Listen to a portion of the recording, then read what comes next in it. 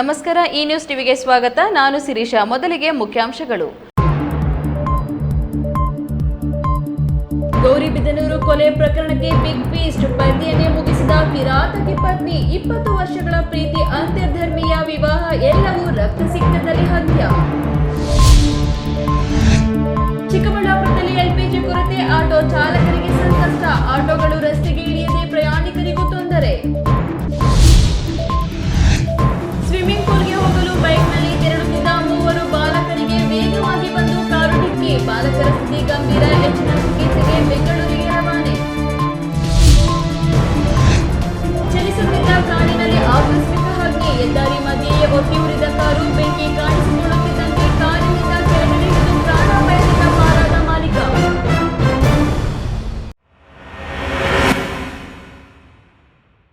ವಾರ್ತೆಗಳ ವಿವರ.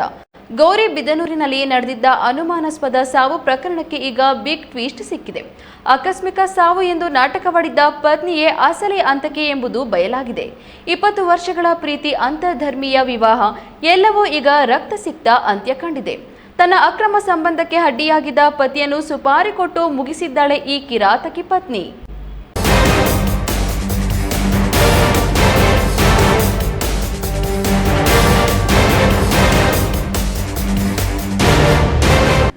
ಹೌದು, ಮಾರ್ಚ್ 27ರಂದು ಗೌರಿಬಿದನೂರಿನ ವಿವಿಪುರಂ ಬಡಾವಣೆಯಲ್ಲಿ ನಡೆದಿದ್ದ ಶಿವಕುಮಾರ್ ಅಲಿಯಾಸ್ ಸಾದಿಕ್ ಭಾಷಾ ಅವರ ಸಾವು ಈಗ ಕೊಲೆಯಾಗಿ ಮಾರ್ಪಟ್ಟಿದೆ.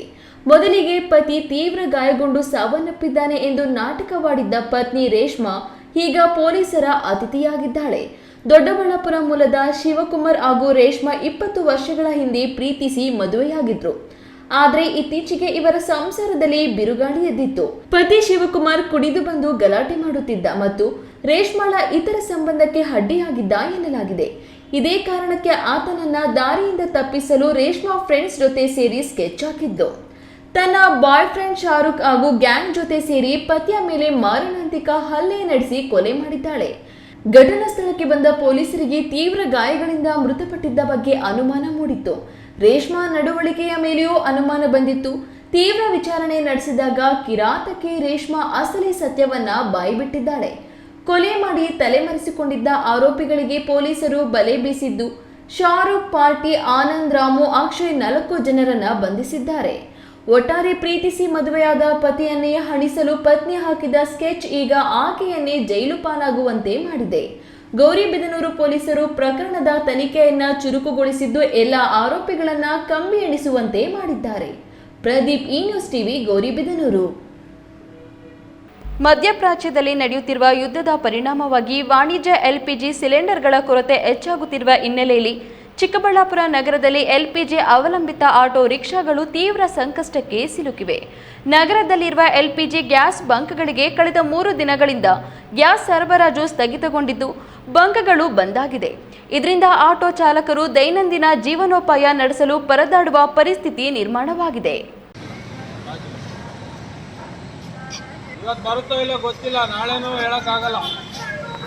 ಮಧ್ಯಪ್ರಾಚ್ಯ ದೇಶಗಳಲ್ಲಿ ನಡೆಯುತ್ತಿರುವ ಯುದ್ಧದಿಂದ ವಿಶ್ವದ ಹಲವು ಕಡೆ ಇಂಧನ ಸಮಸ್ಯೆ ತಲೆದೋರಿದೆ.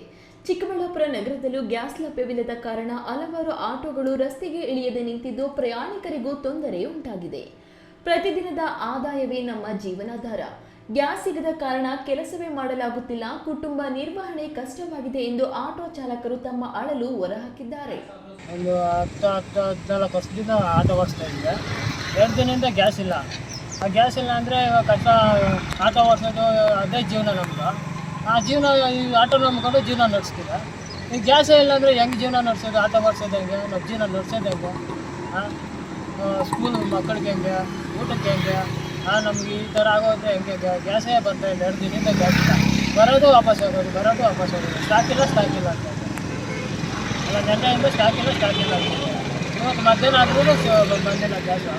ಹೆಂಗೆ ನಾವು ಜೀವನ ಮಾಡೋದು? ಇದನ್ನೇ ನಂಬ್ಕೊಂಡು ಆಟೋ ಓಡಿಸ್ತಾ ಇದ್ದೆ. ಇದನ್ನೇ ನಂಬ್ಕೊಂಡು ಇದೇ ಜೀವನ ನಮ್ಮದು.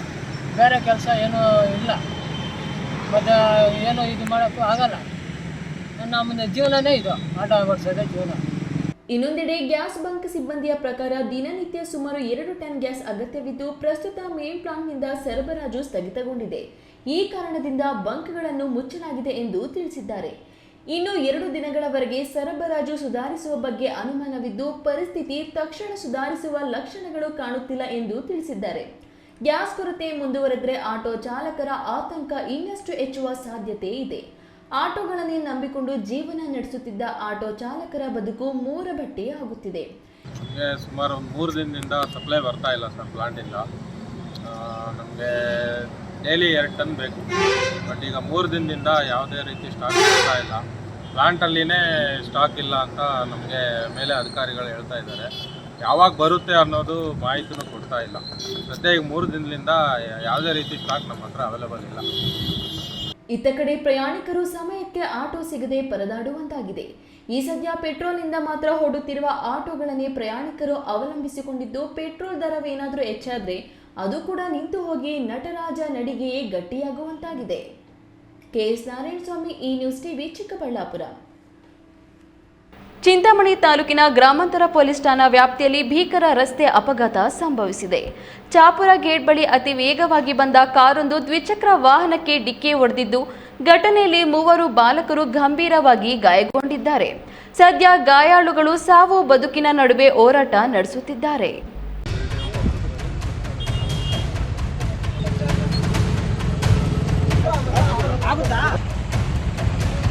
ಹೌದು, ಈ ಭೀಕರ ದೃಶ್ಯ ಕಂಡು ಬಂದಿದ್ದು ಚಿಂತಾಮಣಿಯ ಚಾಪುರ ಗೇಟ್ ಬಳಿ.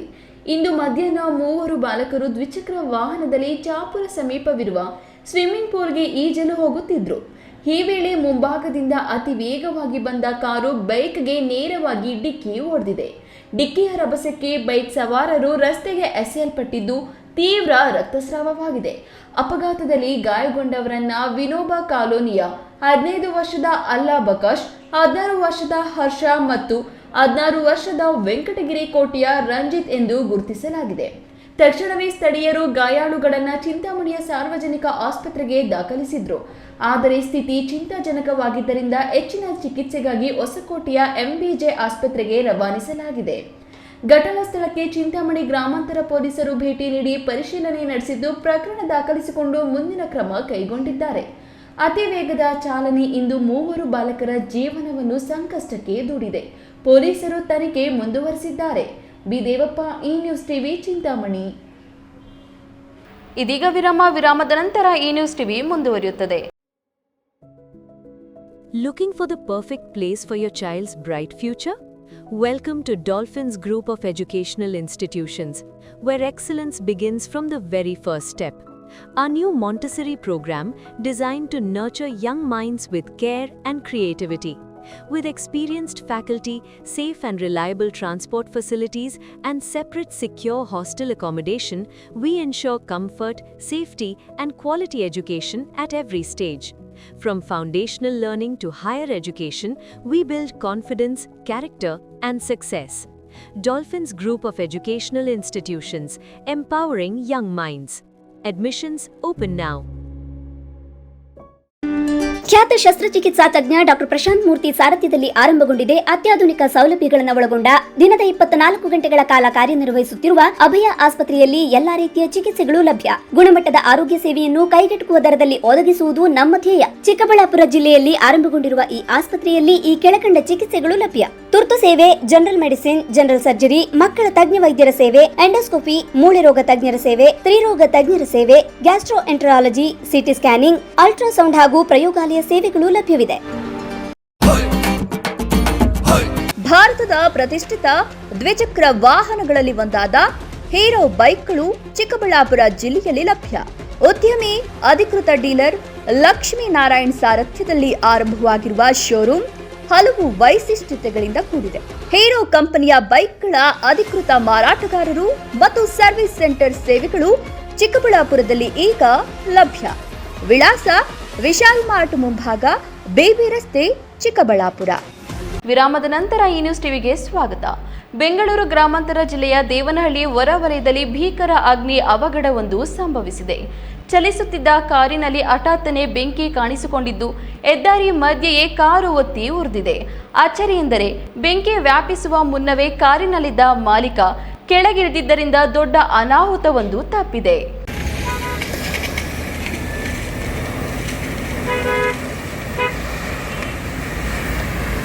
ದೇವನಹಳ್ಳಿ ಹೊರವಲಯದ ಹೊಸಕೋಟೆ ದಾಬಸ್ಪೇಟೆ ಹೆದ್ದಾರಿಯಲ್ಲಿ ಈ ಘಟನೆ ನಡೆದಿದೆ.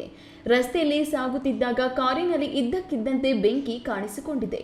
ನೋಡುತ್ತಿದ್ದಂತೆಯೇ ಬೆಂಕಿ ಕಾರಿನಾದ್ಯಂತ ವ್ಯಾಪಿಸಿದ್ದು, ಅದೃಷ್ಟವಶಾತ್ ಬೆಂಕಿ ಕಾಣಿಸಿಕೊಳ್ಳುತ್ತಿದ್ದಂತೆಯೇ ಕಾರು ಮಾಲೀಕ ಸಮಯ ಪ್ರಜ್ಞೆ ಮೆರೆದು ಕೆಳಗಿಳಿದಿದ್ದಾರೆ. ಇದರಿಂದ ಪ್ರಾಣಾಪಾಯದಿಂದ ಪಾರಾಗಿದ್ದಾರೆ. ವಿಷಯ ತಿಳಿಯುತ್ತಿದ್ದಂತೆಯೇ ಸ್ಥಳಕ್ಕೆ ಧಾವಿಸಿದ ಅಗ್ನಿಶಾಮಕ ದಳದ ಸಿಬ್ಬಂದಿ ಬೆಂಕಿ ನಂದಿಸುವಲ್ಲಿ ಯಶಸ್ವಿಯಾಗಿದ್ದಾರೆ. ಆದರೆ ಅಷ್ಟರಲ್ಲಾಗಲೇ ಕಾರು ಸಂಪೂರ್ಣವಾಗಿ ಸುಟ್ಟು ಕರಕಲಾಗಿದೆ. ದೇವನಹಳ್ಳಿ ಸಂಚಾರಿ ಪೊಲೀಸ್ ಠಾಣಾ ವ್ಯಾಪ್ತಿಯಲ್ಲಿ ಪ್ರಕರಣ ದಾಖಲಾಗಿದೆ. ಸದ್ಯ ದೇವನಹಳ್ಳಿ ಸಂಚಾರಿ ಪೊಲೀಸರು ಸ್ಥಳಕ್ಕೆ ಭೇಟಿ ನೀಡಿ ಪರಿಶೀಲನೆ ನಡೆಸಿದ್ದಾರೆ.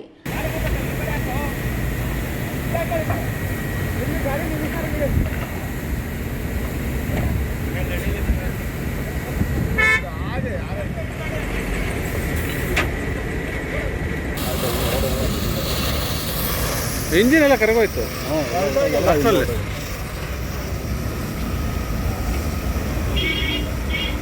ಹೈದರ್ ಸಾಬ್, ಈ ನ್ಯೂಸ್ ಟಿವಿ, ದೇವನಹಳ್ಳಿ. ತುಮಕೂರು ಜಿಲ್ಲೆ ಶಿರಾ ತಾಲೂಕಿನಾದ್ಯಂತ ಅಕಾಲಿಕ ಹಾಲಿ ಕಲ್ಲು ಮಳೆ ಬಿದ್ದಿದ್ದು ರೈತರ ಬದುಕನ್ನೇ ಕಣ್ಣೀರಿನಲ್ಲಿ ಕೈ ತೊಳೆಯುವಂತೆ ಮಾಡಿದೆ. ಸಾವಿರಾರು ಎಕರೆ ಪ್ರದೇಶದಲ್ಲಿ ಬೆಳೆದಿದ್ದ ಬೆಳೆಗಳು ಮಣ್ಣು ಪಾಲಾಗಿದ್ದು ಅನ್ನದಾತ ಹೈರಾಣಾಗಿದ್ದಾನೆ.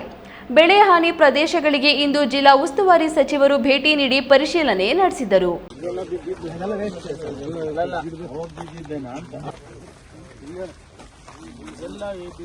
ಗೃಹ ಸಚಿವರು ಹಾಗೂ ತುಮಕೂರು ಜಿಲ್ಲಾ ಉಸ್ತುವಾರಿ ಸಚಿವರಾದ ಡಾಕ್ಟರ್ ಜಿ ಪರಮೇಶ್ವರ್ ಅವರು ಇಂದು ತುಮಕೂರು ಜಿಲ್ಲೆ ಶಿರಾ ತಾಲೂಕಿನ ಹುಲಿಕುಂಟೆ ಹೋಬಳಿ ವ್ಯಾಪ್ತಿಯಲ್ಲಿ ಹಾನಿಗೊಳಗಾದ ಜಮೀನುಗಳಿಗೆ ಭೇಟಿ ನೀಡಿದ್ರು. ವಿಶೇಷವಾಗಿ ದಾಳಿಂಬೆ, ರೇಷ್ಮೆ, ಅಡಿಕೆ, ಮಾವು ಹಾಗೂ ತೆಂಗಿನ ಬೆಳೆಗಳು ಆಲಿಕಲ್ಲು ಮಳೆಗೆ ಸಿಲುಕಿ ಸಂಪೂರ್ಣ ನಾಶವಾಗಿರುವುದನ್ನು ಕಂಡು ಅಧಿಕಾರಿಗಳಿಂದ ಮಾಹಿತಿ ಪಡೆದರು. ಈ ವೇಳೆ ಮಾತನಾಡಿದ ಅವರು, ಇದೇ ತಿಂಗಳು 17ನೇ ತಾರೀಕು ಶಿರಾ ತಾಲೂಕಿನಲ್ಲಿ ಸುರಿದ ಆಲಿಕಲ್ಲು ಮಳೆಯಿಂದ ಸಾವಿರಾರು ಎಕರೆ ಜಮೀನಿನಲ್ಲಿ ಬೆಳೆ ನಾಶವಾಗಿದೆ. ವಿಶೇಷವಾಗಿ ರೈತರು ಕಷ್ಟಪಟ್ಟು ಬೆಳೆದಿದ್ದ ದಾಳಿಂಬೆ, ರೇಷ್ಮೆ ಮತ್ತು ತೋಟಗಾರಿಕೆ ಬೆಳೆಗಳು ಕೈಗೆ ಬರುವ ಸಮಯದಲ್ಲಿ ಅಪಾರ ಪ್ರಮಾಣದಲ್ಲಿ ನಷ್ಟವಾಗಿದೆ. ಸರ್ಕಾರ ರೈತರ ಸಂಕಷ್ಟಕ್ಕೆ ಸ್ಪಂದಿಸಲಿದೆ. ಕೂಡಲೇ ಸಮೀಕ್ಷೆ ನಡೆಸಿ ತ್ವರಿತವಾಗಿ ಬೆಳೆ ಪರಿಹಾರವನ್ನ ರೈತರ ಖಾತೆಗೆ ತಲುಪಿಸಲು ಕ್ರಮ ಕೈಗೊಳ್ಳಲಾಗುವುದು ಎಂದು ರೈತರಿಗೆ ಗೃಹ ಸಚಿವ ಡಾಕ್ಟರ್ ಜಿ ಪರಮೇಶ್ವರ್ ಭರವಸೆ ನೀಡಿದರು. ಶಿರಾ ತಾಲೂಕಿನಲ್ಲಿ ಅತಿ ಹೆಚ್ಚಾಗಿ ಒಂದು ರೀತಿಯಲ್ಲಿ ರೆಕಾರ್ಡ್ ಆಗುವಂತ ರೀತಿಯಲ್ಲಿ ಆಲಿಕಲ್ಲಿನ ಮಳೆ ಬಿದ್ದು ಇಡೀ ತಾಲೂಕಿನಲ್ಲಿ ಸಾವಿರಾರು ಎಕರೆ ಎಲ್ಲ ಬೆಳೆಗಳು ಕೂಡ ನಾಶ ಆಗಿರ್ತಕ್ಕಂಥದ್ದು. ಇರ್ತಕ್ಕಂಥ ಎಲ್ಲ ಬೆಳೆಗಳು ಕೂಡ ನಾಶ ಆಗಿರುವಂಥದ್ದು. ವಿಶೇಷವಾಗಿ ದಾಳಿಂಬೆ ಮತ್ತು ರೇಷ್ಮೆ, ಅಡಿಕೆ, ಮಾವು ಎಲ್ಲ ಬೆಳೆಗಳು ಕೂಡ ಸಂಪೂರ್ಣವಾಗಿ ನಾಶ ಆಗಿರುವಂಥದ್ದು. ಮಾನವೀಯತೆ ದೃಷ್ಟಿಯಿಂದ ಅಸೆಸ್ ಮಾಡಿ ರೈತನ ನೆರವಿಗೆ ನಾವು ಬರಬೇಕಾಗ್ತದೆ. ಆ ದೃಷ್ಟಿಯಲ್ಲಿ ಅವರು ಇರ್ಬೋದು, ರೈತನಿಗೆ ನೆರವನ್ನು ಕೊಡ್ತಕ್ಕಂಥ ರೀತಿಯಲ್ಲಿ ಇವತ್ತು ನಾವು ಮಾಡಬೇಕಾಗಿದೆ. ಅದಕ್ಕಾಗಿ ನಾನು ಕೂಡ ಇವತ್ತು ಖುದ್ದಾಗಿ ಭೇಟಿ ಕೊಟ್ಟು ಯಾವ ರೀತಿ ನಷ್ಟ ಆಗಿದೆ ಅನ್ನೋದನ್ನು ನೋಡೋದಕ್ಕೆ ಬಂದಿದ್ದೇನೆ. ನಾವು ಸರ್ಕಾರ ರೈತರ ನೆರವಿಗೆ ಖಂಡಿತವಾಗಿ ನಾವು ಬರ್ತೇವೆ ಅಂತಕ್ಕಂಥ ಮಾತನ್ನ ಈ ಸಂದರ್ಭದಲ್ಲಿ ಹೇಳೋದಕ್ಕೆ ಬಯಸ್ತೇನೆ. ಈ ಸಂದರ್ಭದಲ್ಲಿ ದೆಹಲಿಯ ಕರ್ನಾಟಕ ಸರ್ಕಾರದ ವಿಶೇಷ ಪ್ರತಿನಿಧಿಗಳಾದ ಟಿ.ಬಿ. ಜಯಚಂದ್ರ, ಜಿಲ್ಲಾಧಿಕಾರಿ ಶುಭಾ ಕಲ್ಯಾಣ್, ಜಿಲ್ಲಾ ಪಂಚಾಯತ್ ಸಿಇಒ ಬಿ.ವಿ. ಅಶ್ವಿಜಾ, ಉಪವಿಭಾಗಾಧಿಕಾರಿ ಶಿವಪ್ಪ ಸೇರಿದಂತೆ ತೋಟಗಾರಿಕಾ ಇಲಾಖೆಯ ಉನ್ನತ ಅಧಿಕಾರಿಗಳು ಉಪಸ್ಥಿತರಿದ್ದರು. ತಿಮ್ಮಯ್ಯ, ಈ ನ್ಯೂಸ್ ಟಿವಿ, ತುಮಕೂರು. ಚಿಕ್ಕಬಳ್ಳಾಪುರ ಜಿಲ್ಲಾ ವಾರ್ತಾ ಮತ್ತು ಸಾರ್ವಜನಿಕ ಸಂಪರ್ಕ ಇಲಾಖೆ ಸಹಾಯಕ ನಿರ್ದೇಶಕರಾಗಿ ಕೆಲಸ ನಿರ್ವಹಿಸಿ ಈಗ ಹಿರಿಯ ಸಹಾಯಕ ನಿರ್ದೇಶಕರಾಗಿ ಬಡ್ತಿ ಪಡೆದು ಚಿತ್ರದುರ್ಗ ಜಿಲ್ಲೆಗೆ ವರ್ಗಾವಣೆಗೊಂಡಿರುವ ಎಂ ಜುಂಜಣ್ಣರನ್ನು ಜಿಲ್ಲಾ ಕಾರ್ಯನಿರತ ಪತ್ರಕರ್ತರ ಸಂಘ ಆತ್ಮೀಯವಾಗಿ ಸನ್ಮಾನಿಸಿ ಬೀಳ್ಕೊಡುಗೆ ನೀಡಲಾಯಿತು.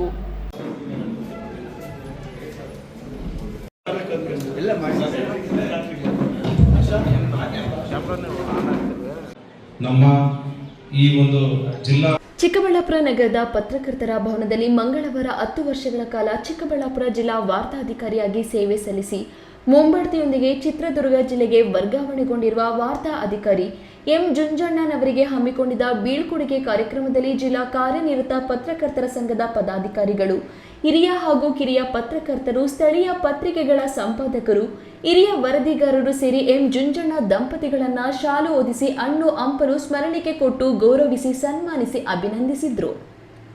ಕಳೆದ 2016ರಲ್ಲಿ ಜಿಲ್ಲೆಗೆ ವಾರ್ತಾ ಮತ್ತು ಸಾರ್ವಜನಿಕ ಸಂಪರ್ಕ ಇಲಾಖೆಯ ಸಹಾಯಕ ನಿರ್ದೇಶಕರಾಗಿ ಅಧಿಕಾರ ವಹಿಸಿಕೊಂಡ ಎಂ ಜುಂಜಣ್ಣ ಜಿಲ್ಲೆಯಲ್ಲಿ ಸರಿಸುಮಾರು 10 ವರ್ಷಗಳ ಕಾಲ ಜಿಲ್ಲೆಯ ವಾರ್ತಾ ಅಧಿಕಾರಿಯಾಗಿ ಕೆಲಸ ನಿರ್ವಹಿಸಿ ಸರ್ಕಾರದ ಯೋಜನೆ ಕಾರ್ಯಕ್ರಮಗಳ ಬಗ್ಗೆ ಜನಸಾಮಾನ್ಯರಲ್ಲಿ ಅರಿವು ಮೂಡಿಸುವ ಕೆಲಸ ಮಾಡಿದ್ದ ಜುಂಜಣ್ಣ ಮುಂಬಡ್ತಿ ಹೊಂದಿ ಚಿತ್ರದುರ್ಗಕ್ಕೆ ಹೋಗಿ ಅಲ್ಲಿಯೂ ಉತ್ತಮ ಹೆಸರು ಗಳಿಸುವಂತೆ ಕೆಲಸ ಮಾಡಲಿ ಎಂದು ಮಾಜಿ ಅಧ್ಯಕ್ಷ ಎಂ ಜಯರಾಮ್ ಶುಭ ಕೋರಿದ್ರು.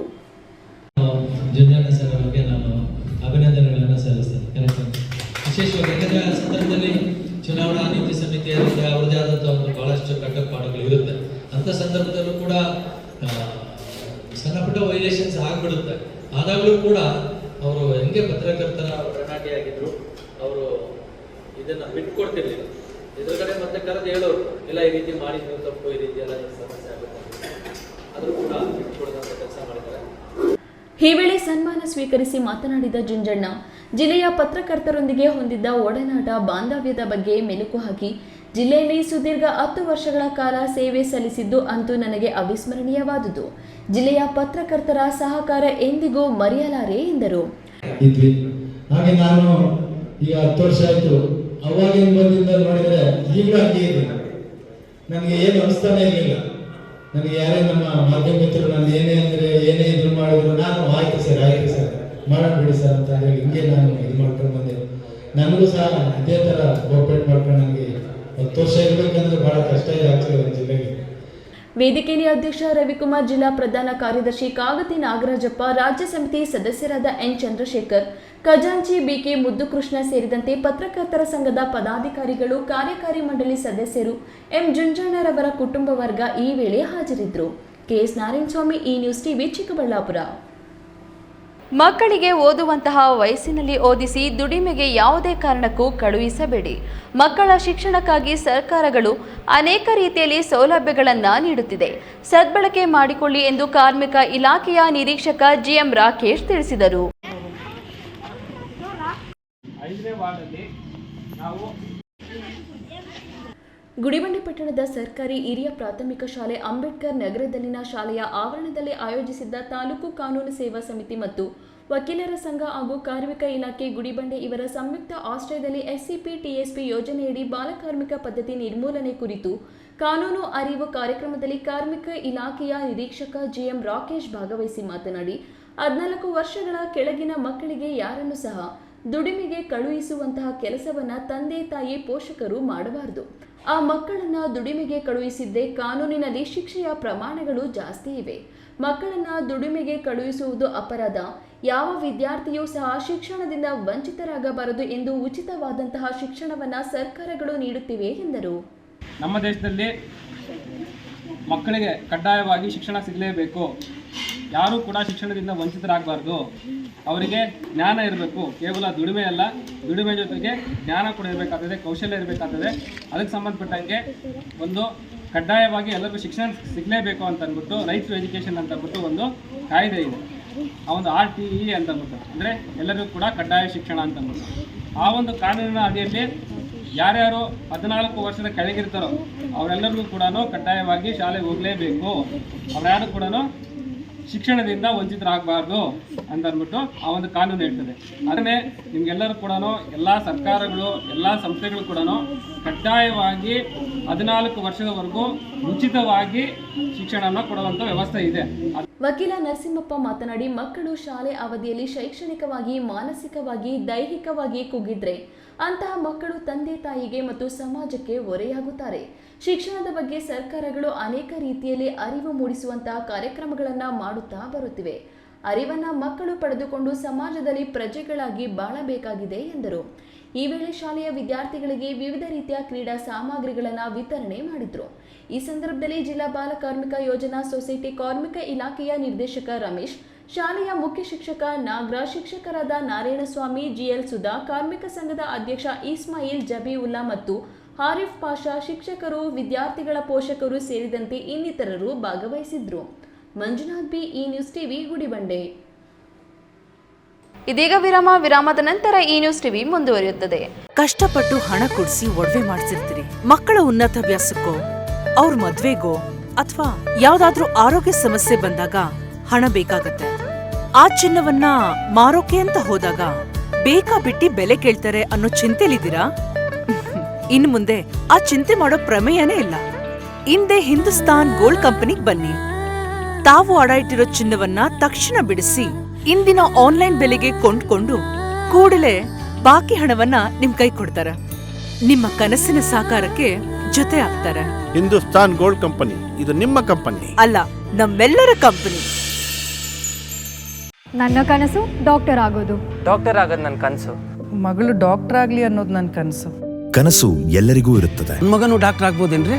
ನನ್ನ ಕನಸು ಡಾಕ್ಟರ್ ಆಗೋದು. ಕನಸು ಎಲ್ಲರ ಹಕ್ಕು. ಆದರೆ ಕನಸು ನನಸಾಗಲು ಬೇಕು ನಂಬಿಕೆ, ಛಲ ಮತ್ತು ಪರಿಶ್ರಮ. ಪರಿಶ್ರಮ ನೀಟ್ ಅಕಾಡೆಮಿ.